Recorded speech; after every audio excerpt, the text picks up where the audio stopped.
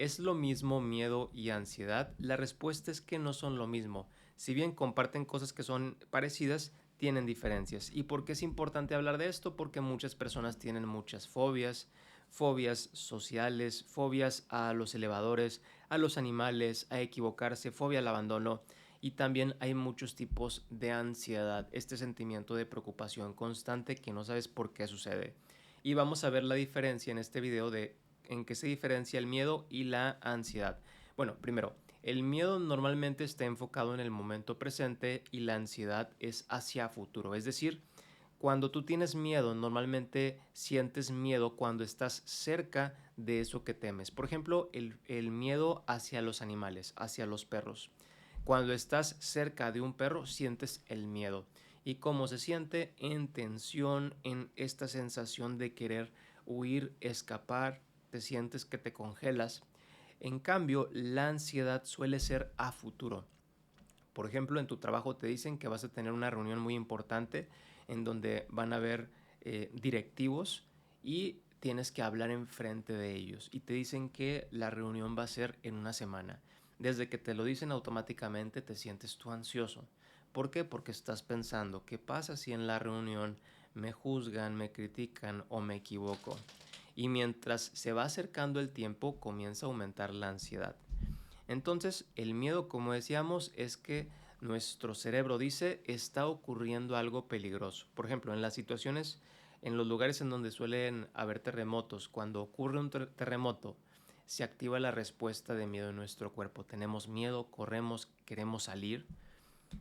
En cambio, la ansiedad podría ser cuando, antes de que suceda el terremoto, estamos pensando, ¿qué pasa si mañana tiembla?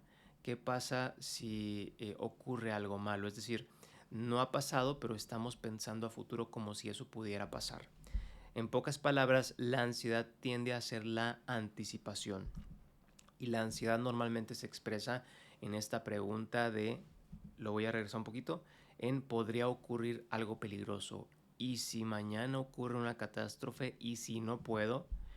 Entonces prácticamente el miedo suele ser más intenso y agudo. En cambio la ansiedad tal vez no es tan intenso, pero es más prolongado. El miedo, poniendo el ejemplo del terremoto, ocurre mientras está el terremoto. Si acaba el terremoto ya no tienes miedo, pero te puedes quedar con ansiedad, con esa ansiedad de qué pasa si vuelve a temblar. Y esta ansiedad suele ser más prolongada.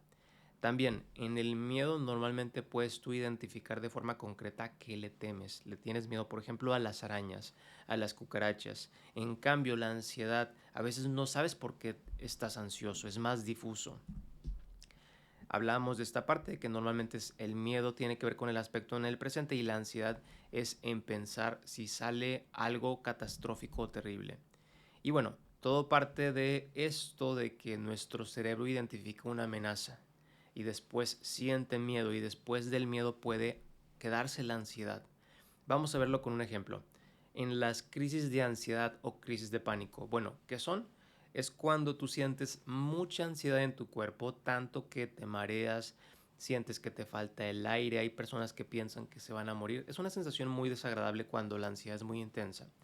Entonces, el miedo ocurre cuando aparece por tu mente el pensamiento de me falta el aire, me puedo morir. Esa sensación de miedo en la crisis de ansiedad. Pero no se termina ahí porque acaba la situación de la crisis, acaba el miedo, pero te quedas con ansiedad y comienzas a pensar, ¿qué pasa si mañana me vuelve a dar una crisis? ¿Qué pasa si esto me vuelve a pasar? Y esta ansiedad puede durar días, meses, incluso años. Entonces, tuviste una crisis breve y después te preguntas, ¿qué pasa si me vuelve a pasar? Esta es la base de los trastornos de las crisis de pánico y las crisis de ansiedad. Es esta idea de me puede volver a pasar. El miedo al miedo. Te da una situación de crisis de ansiedad y tienes miedo de que te vuelva a pasar, entonces evitas.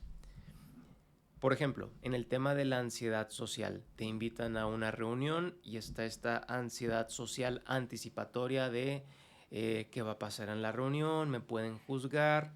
Durante la reunión, cuando te atreves a ir, sientes miedo, te sientes inhibido y cuando termina la reunión, tu mente comienza a darle vueltas de cómo lo hice, seguramente lo hice mal, qué va a pasar en la otra reunión. Entonces, decíamos que miedo y ansiedad son diferentes, pero normalmente aparecen juntos, ¿sí? La estructura principalmente es la ansiedad anticipatoria.